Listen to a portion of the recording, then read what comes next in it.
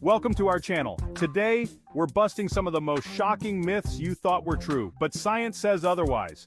You know those facts you've heard all your life that just sound a little off? We're talking about the stuff your weird uncle swears by at Thanksgiving, the things you believed as a kid, the kind of misinformation that makes you want to build a potato battery just to prove it wrong. Get ready to have your mind blown and maybe even have a laugh or two along the way. We're going to separate fact from fiction using the power of science, reason, and maybe a little bit of duct tape. You know how we roll? So buckle up, Buttercup, because we're about to take a wild ride on the Myth-Busting Express. Alright, first up, we're tackling a myth that's been floating around since, well, probably since people started thinking about thinking. Humans only use 10% of their brains. Now, if you think about it, this one sounds a little fishy right off the bat. I mean, our brains are these incredible, complex organs, and we're only using 1/10 of them. Come on! Here's the thing. Neuroscientists have been studying the brain for decades, and they've found absolutely zero evidence to support this claim. In fact, brain imaging studies like fMRI show that we use virtually every part of our brains, even when performing simple tasks. Think about it this way, the brain is like a muscle. If you only use 10% of your muscles, you wouldn't be able to walk, talk, or even breathe. The brain is constantly firing neurons, processing information, and making connections, even when we're not consciously aware of it.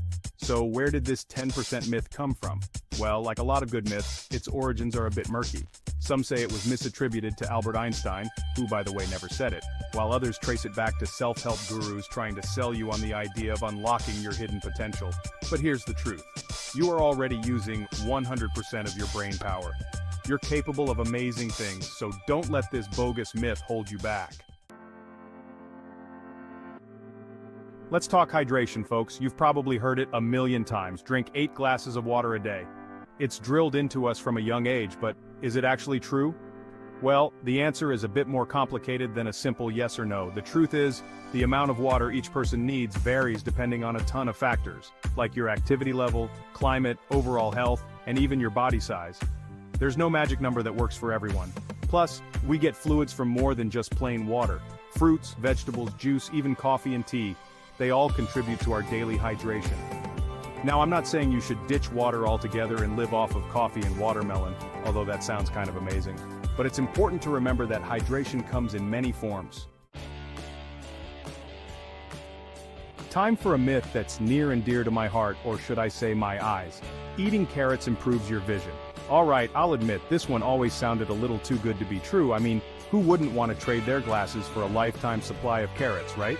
Now, while carrots are definitely good for your peepers, they won't actually give you superhuman vision. Here's the deal.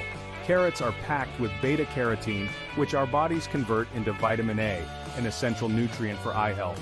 Vitamin A helps protect your cornea, that's the outer layer of your eye, and prevents night blindness. So yes, carrots are beneficial for maintaining good vision, especially as you age. But will they suddenly give you 20/20 vision or the ability to see through walls? Sadly, no. That's just the stuff of comic books and wishful thinking.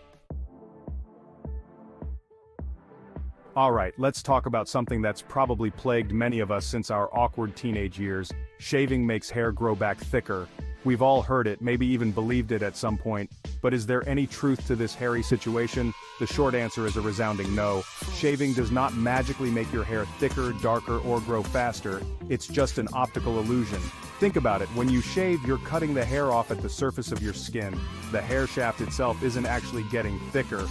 It just appears that way because the end of the hair that's been shaved is blunt, rather than tapered like naturally grown hair. So, next time you're staring in the mirror, razor in hand, remember that shaving is not the enemy. It's just a matter of personal preference, and it won't turn you into a werewolf, no matter what your grandma tells you. Get ready to crack a smile because we're about to debunk a myth that's been the bane of parents and teachers everywhere. Cracking your knuckles causes arthritis. Now I'll admit the sound of knuckle cracking can be a bit cringeworthy, but is it actually harmful? The answer, according to science, is a resounding no, mostly.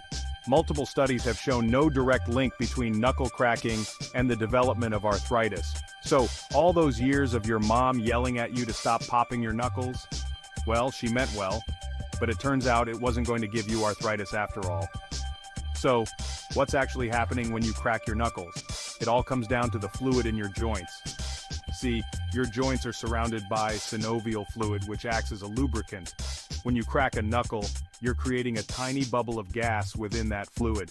The popping sound you hear is the sound of that bubble collapsing. Now, while cracking your knuckles won't give you arthritis, it's not entirely harmless either. Some studies have shown that habitual knuckle cracking can lead to reduced grip strength and swelling in the hands.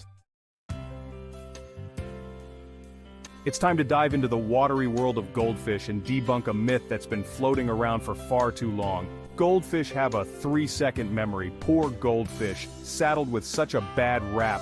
But is it true? Do our finned friends really forget everything after a measly 3 seconds? Nope. In reality, goldfish have a much more impressive memory span than we give them credit for. Studies have shown that goldfish can remember things for months, not seconds. They can even be trained to recognize their owners, remember feeding schedules, and even navigate simple mazes. So, how did this myth get started? Well, like a lot of myths, it probably stemmed from a grain of truth that got blown out of proportion. Goldfish do have a different way of processing information than humans. They rely more on their short-term memory, but that doesn't mean they're completely clueless. Let's tackle a myth that's been a staple of cartoons and bad jokes for ages. Bulls get angry when they see red. You know the scene? A matador waves a red cape, the bull charges blindly, chaos ensues. But is this how it really goes down in the bullfighting ring? Not quite. Turns out, bulls are colorblind to red. Yep, you heard that right. They don't see red any differently than they see any other color, which means that red cape the matador is waving around, it's not the color that's setting the bull off, it's the movement. Bulls, like many other animals, are triggered by movement. When the matador shakes that cape, it's the fluttering fabric that attracts the bull's attention and provokes a charge, not the color itself. Alright, get ready to bundle up as we tackle a myth that's been debated since the dawn of winter. You can catch a cold from being cold. Is there any truth to this age-old belief? Or is it just our grandmothers trying to keep us bundled up like walking marshmallows? Here's the deal. Colds are caused by viruses, not by cold weather itself. You can't catch a cold just from being outside on a chilly day, no matter how many times your mom told you to put on a hat. However, there's a reason why colds seem to be more common in the winter months. The cold, dry air can weaken our immune systems, making us more susceptible to those pesky viruses that cause colds. Let's talk about a myth that's been the source of both joy and dread for parents everywhere. Sugar makes kids hyperactive. We've all seen it happen. A child gets a hold of a sugary treat and suddenly they're bouncing off the walls like a pinball. But is it really the sugar that's causing this energy surge? Well, numerous studies have actually debunked this widely held belief. There's no direct link between sugar consumption and hyperactivity in children. In fact, some studies have shown that kids who consume sugar actually exhibit the same levels of activity as those who don't. So what's going on here? Why do kids seem to go bonkers after a sugar binge?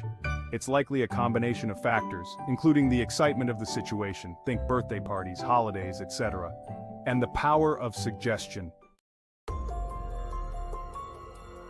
Get ready to face your fears because we're about to tackle a myth that's both creepy and crawly.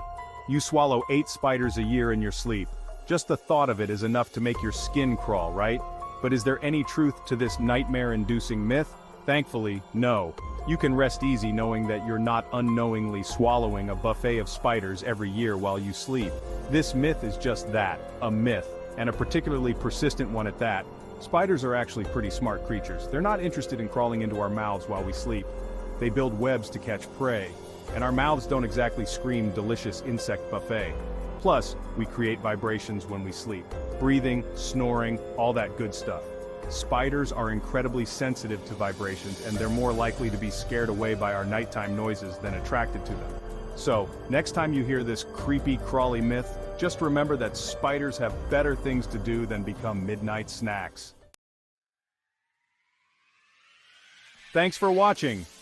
If you enjoyed busting these myths with us, don't forget to like, subscribe, and hit that notification bell for more mind-blowing content.